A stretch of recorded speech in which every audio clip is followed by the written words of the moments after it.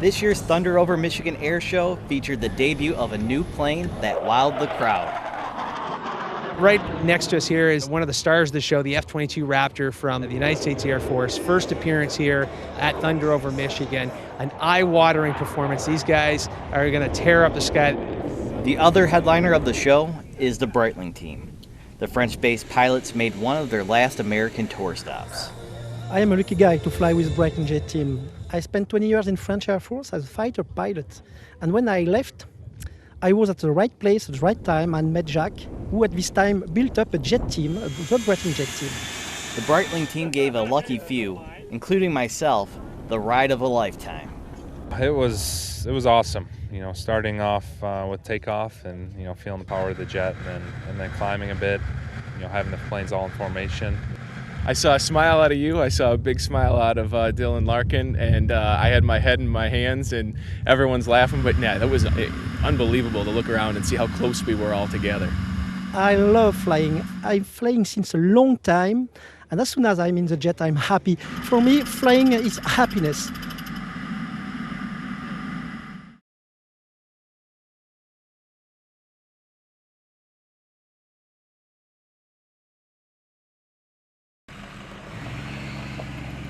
Local animal advocacy groups dined with a friendly buffet and even met some of their farm friends. But everything that they're going to be providing today is going to be totally vegan. There's no animal products whatsoever, no honey, no meat, no dairy, no eggs. Oftentimes we don't get a chance to really get face-to-face and share moments with the farm animals that we advocate for. And today is a day where we all come together and kind of just celebrate farm animals and what we're working for to help rescue and save. Some animals made daring escapes to become a part of the farm.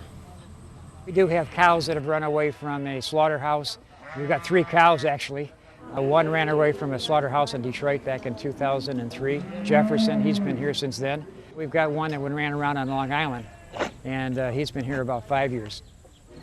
Public support keeps this farm up and running and allows the animals to live happy and healthy lives. All of our farm, the farmyard and everything that you see right here is all run by donations and volunteers. The biggest expense is hay, which probably runs us about $50,000 a year, $60,000 a year, and then medical expenses after that. For more information how to donate or volunteer, visit sashafarm.org.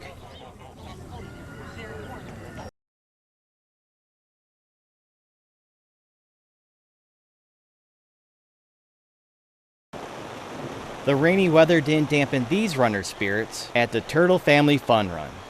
We had 150 people register to run, and the crowd thinned a little bit because the weather didn't cooperate perfectly, but the turnout has been extremely encouraging. It was pretty storming pretty bad, and lots of puddles, lots of rain, lightning, but everybody came out here to support for the animals. The runners had some amphibian friends to cheer them on. Well, the box turtle has been here today. It's a great opportunity for us to raise awareness not just about the status of the box turtle, but the Blandings turtle, the spotted turtle, the wood turtle.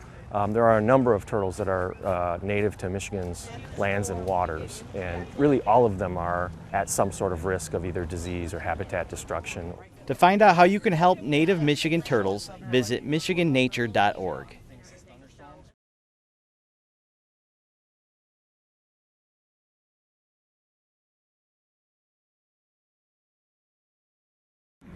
The Eagle has landed at Ryerson Stadium, and that same bird is getting an assist from the football team. The Leslie Science and Nature Center has a work day with the Eastern Michigan football team.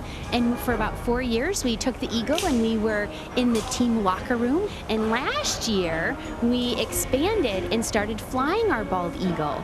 We were on the field after a practice, and they let the eagle fly down, and we just thought that was so amazing.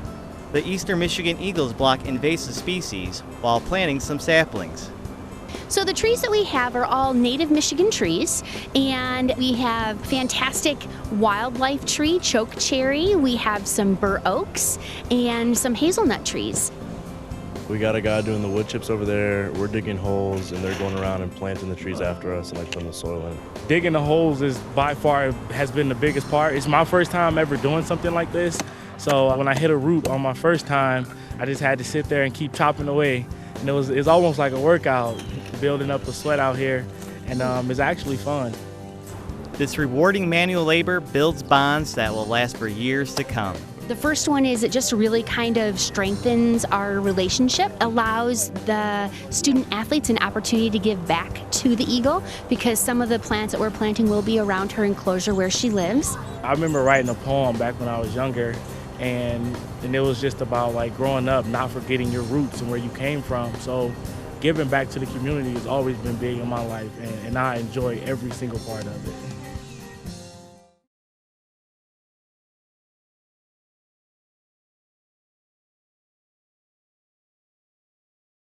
Fans are usually chanting "Go Blue" at Chrysler Arena, but today they're going to be chanting "Go Red, White, and Blue." We had the Army-Navy wheelchair basketball game that's played with our student veterans and ROTC and also veterans from the community. We incorporate some of the United States Paralympians in the game as well. Don't tell these athletes it's just an exhibition game because bragging rights run deep. I can't help but be in this stadium and be involved in this event without getting a little bit competitive. My team had lost the past couple years, so I was definitely had an itchy trigger finger and was looking to fire. It doesn't matter. For me, competition is competition. W is still a W either way, and the L, well, we just don't live with the L's. Wheelchair basketball is just as valuable off the court as it is on the court. I have been playing for 22 years, so since I was 14. I was introduced to the sport here in Ann Arbor, and then over the course of time I had the opportunity to play for the U.S. national team. I was actually wheelchair bound for 2.5 years, so it's a whole different lifestyle. And I worked my way out of that, but in the process, I was brought to basketball as a, hey, you know, there's still stuff that you can do in a wheelchair. I'm very proud of the event, being the only disability-related event that the University of Michigan has. I think it's our crown jewel. I really do. It's special.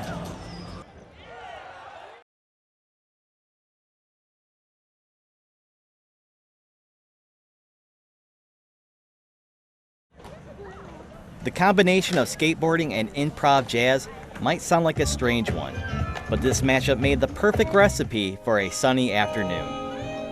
Today is a very special and wonderful collaboration between Friends of the Ann Arbor Skate Park, University Musical Society, and the Parks Department of the city.